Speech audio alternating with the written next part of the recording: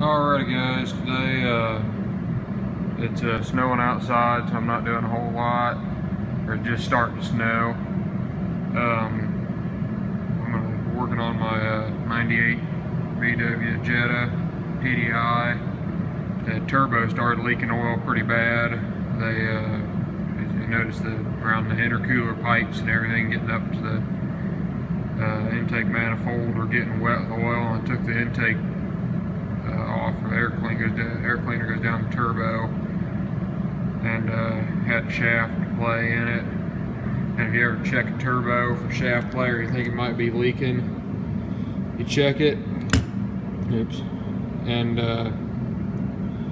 you can check it up and down play like that. It's not too bad. It's the end to end that's what you got to worry about, is where it's wearing the bushings out. That's usually what happens, and then they start leaking and just not good. And if you go too long, it might get into the housing, and you got to get a new turbo wheel.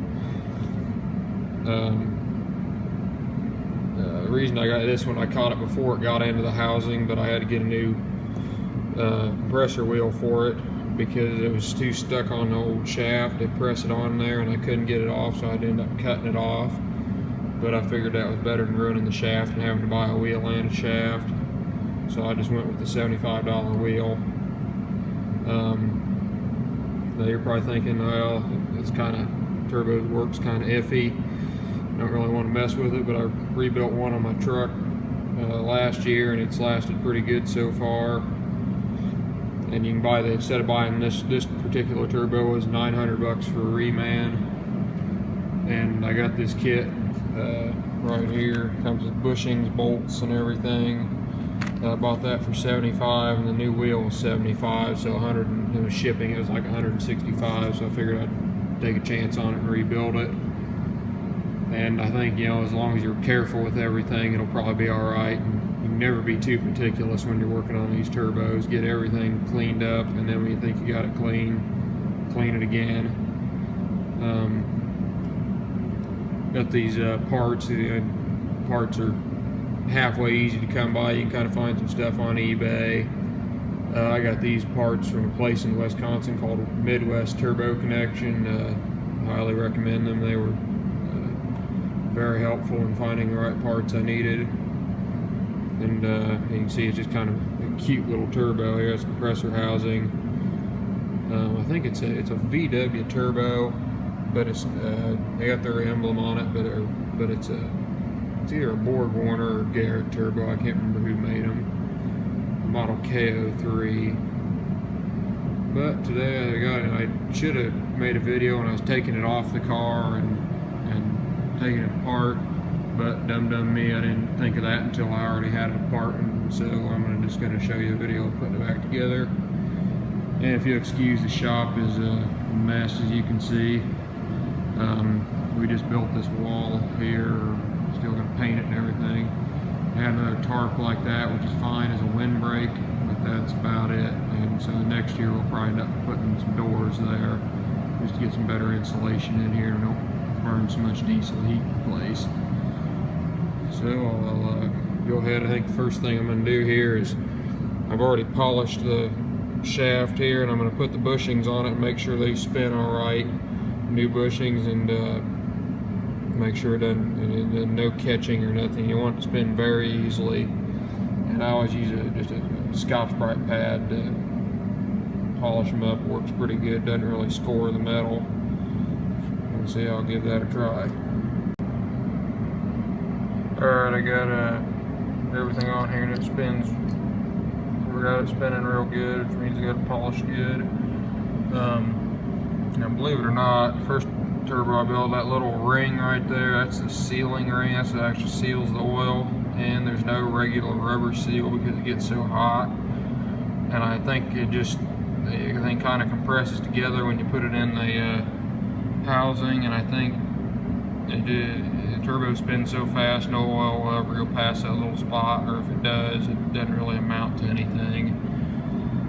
It's kind of like a little snap ring without the little eyelet. There's focus. The old one kind of looked like, so yeah, just a little spring deal. Another thing I always do on these turbos, I always keep a little thing of engine oil handy. Just put on the shaft, just you know, get it all, make sure nothing gets scratched up or whatnot. Another tip: be very careful when you're taking it apart. That bushing and just keeping parts in order and making sure which way they go, because it's bushing here, main thrust bushing that everything rides on goes one way, but on one side it's got this groove here, and you always got to make sure which side the groove stays on. It's always good when you take something apart and find something's definitely wrong. This little piece I thought was supposed to be in 2 pieces, then once I got the kit and noticed it's this piece right here, it's that piece in the middle there is actually supposed to be 1 piece. Have a little thrust washer, spring loaded type deal. And this piece here, another bushing in there, it's supposed to be 1 piece. And I think it's in 1, 2, and 3 pieces, so it's always nice to find something when you take it apart that was a problem. And another thing, if you ever forget how something goes, you can always look at little wear prints, like you can see. They got that little hole there, and you can kind of see right in the middle there's that kind of imprint, and that goes on this little thrust washer here, which on the other side doesn't have one. They got it on that side, so now you know which way the new one needs to go. And the same thing in the bushings too, you can kind of see how they've worn into other parts. Alright, now I've got the whole center assembly done. It spins pretty good. Got an O-ring in there, rolled up, ready to go. I'll put that on. It's got another one of those little I don't know what you call little snap ring things there to seal oil in on the shaft. Put that piece on, and then we're ready for the wheel. Okay, now I got the impeller on, and had to heat that up with a blow dryer because it was a little snug. And I like to put a little blue Loctite on the shaft, or the shaft nut, to just keep it from coming off. Probably wouldn't come off, but you just never know. And they say to torque it to like 7 foot-pounds or just snug. So that's what I did. Now I'm ready to put the housings on each end. And I also like to put a little bit of RTV silicone around the edge like that, just the tiniest little bit around the edge of this to seal it up against the housing here, because some of the turbos have an O-ring and some of them just put a little sealant from the factory. Alrighty, now we got a rebuilt turbo.